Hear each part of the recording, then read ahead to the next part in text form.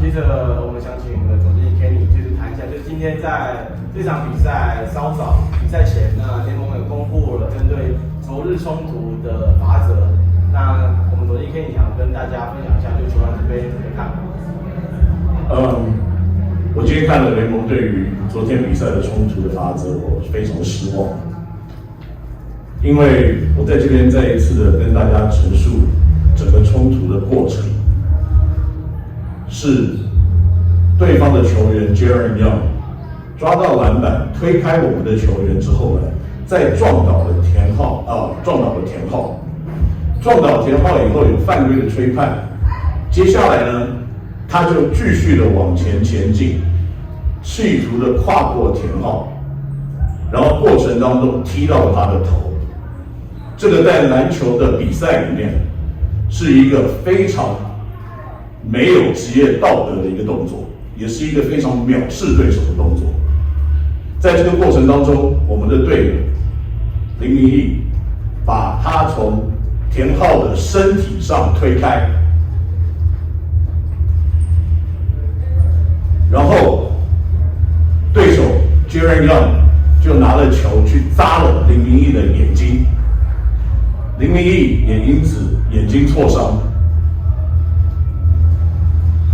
然后试图的要来攻击林明义跟田浩，然后我们的队友 Brandon Dawson 看到对手如此之巨大，就过去把对手推开，没有想到对手直接挥拳。在昨天的定调里面，我们看到很多各方的地方说我们是斗殴，可是这并不是事实。事实是，对方羞辱我们的球员，用球砸我们的球员，然后我们企图把对方推开，却得到对方的挥击。我想请问各位，斗殴在哪里？是我们一直在挨打。然后接下来呢，就形成了对方的板凳清出了4名球员跑进来。包括他们的教练就冲了我们的球员，要不是被对方，要不是被裁判挡住，他就直接要冲撞我们的球员。那在过程当中呢，当然 Brandon 也因为Hasheem Thabeet 呢有把对方 Jaren Young 给钳制住，可是他并没有做任何攻击的动作，反而是在钳制对方的过程当中 ，Jaren Young 又挥了2拳，直接击中他的脸。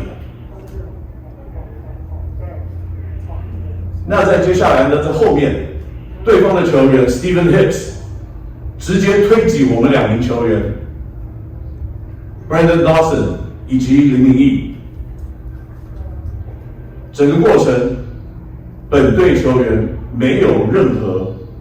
挑衅，纯粹为了保护自己的队友。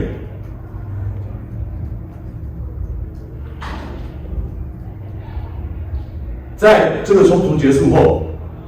联盟对于2队的在现场的惩罚，就是驱逐 Brandon Dawson 以及 Jaren Young 出场，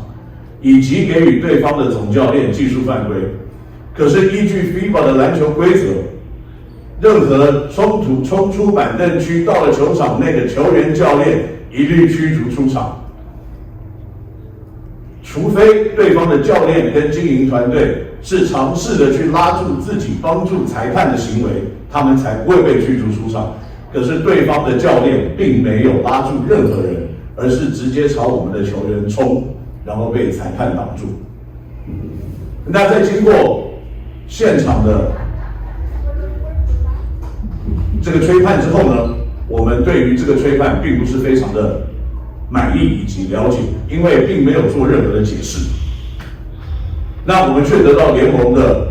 要挟，说我们在1分钟内不出赛，我们就要取消比赛资格，要我们马上做决定。但是我们并没有得到真正的解释，我们也没有看到对方冲进球场的球员跟教练们呢有受到任何驱逐出场应有的惩罚。那今天我们看到联盟对于这样子的声明，我们是非常不满意，因为这个并没有 address， 并没有解释任何当时比赛发生的事情，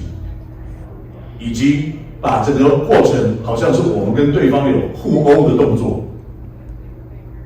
这个并不是事实。